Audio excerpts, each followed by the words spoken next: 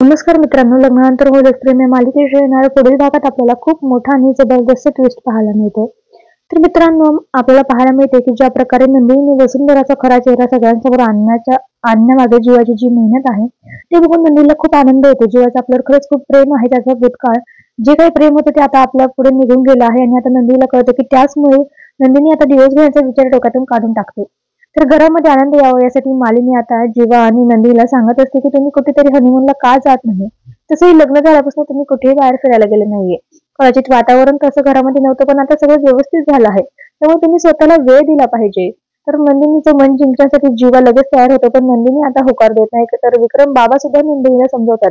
त्यावेळेस नंदिनी आता नकार देऊ शकत नसते. ती होकार देते आणि प्रेक्षकांना आपल्याला पुढील सिक्वेन्स मध्ये पाहायला मिळेल की नंदिनी आणि जीवा हनीमून साठी बाहेर जातात आणि त्यावेळेस काव्याला कळते की जीवा आणि नंदिनी दोघं सोबत हनीमूनला जाणार आहे. त्या अगोदर तिला खूप वाईट वाटतं, पण काव्याने सुद्धा आता जीवा प्रमाणेच आता मूव ऑन केलेलं असतं. ती सुद्धा आयुष्यात पुढे निघून गेलेली असते.